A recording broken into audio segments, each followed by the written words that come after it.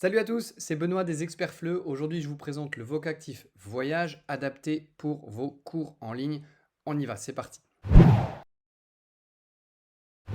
Donc, comme d'habitude, il y a 4 PDF, un pour chaque activité. Une activité sur un écran, vous partagez votre écran, vous menez l'activité. C'est très simple, pas de gadget technologique. La première activité s'appelle Peut-on voyager ensemble? Ce sont tout simplement des photos. Voilà.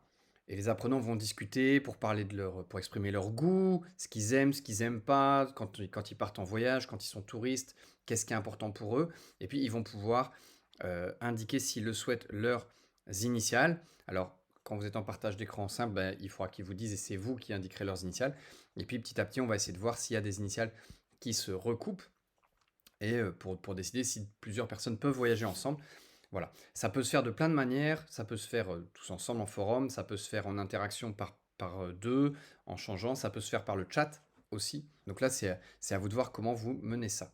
Deuxième activité, vous incarnez l'agence Voyage en Or, et puis vous avez des clients avec des exigences. Alors soit c'est vous, les profs, qui choisissez à l'avance des exigences, soit c'est les apprenants qui décident ensemble d'un certain nombre d'exigences qui leur paraissent importantes. On peut dire par exemple que chaque apprenant a le droit de poser une exigence. Ou, par exemple, j'ai peur des insectes, je veux rendre mes amis jaloux sur Facebook, je veux rencontrer beaucoup de femmes ou d'hommes, j'ai peur de l'eau. Voilà, on va avoir un certain nombre de contraintes en fait. Et puis ensuite, il va falloir créer le voyage idéal lié à tout ça, avec un certain nombre de caractéristiques. Et ça peut se faire en individuel, c'est-à-dire vous pouvez imaginer que par exemple vous discutiez des contraintes ensemble et qu'ensuite chacun construit le voyage chez lui, hein, grâce aux cases cliquables et complétables.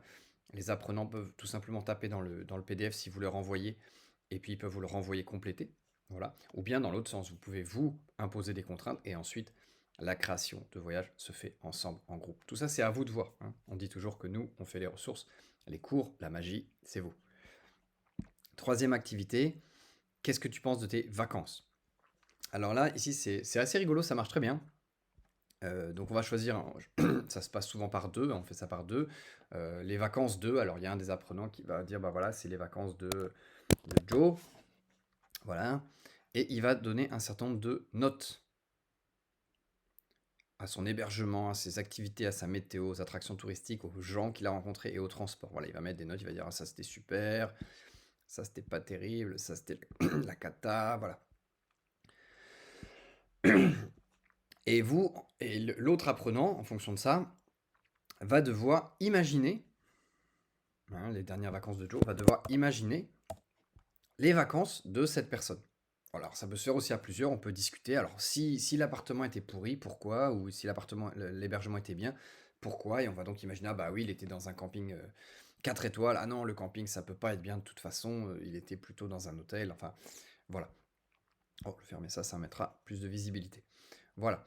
Et la dernière activité, ici, on est sur, je vais enlever ma vidéo pour qu'on voit mieux.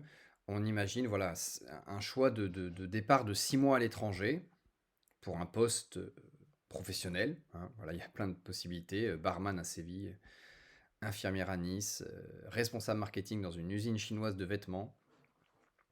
Voilà. Et puis, on va essayer de trouver parmi les autres personnes du groupe la candidate idéale pour ce poste, ou pour chacun de ces postes, hein. Et donc, on va inscrire ici les noms des différentes personnes. Alors, en fait, pour ça, il faut que vous envoyiez à chaque apprenant le PDF, parce que ça se fait en interaction, en changeant de personne à chaque fois.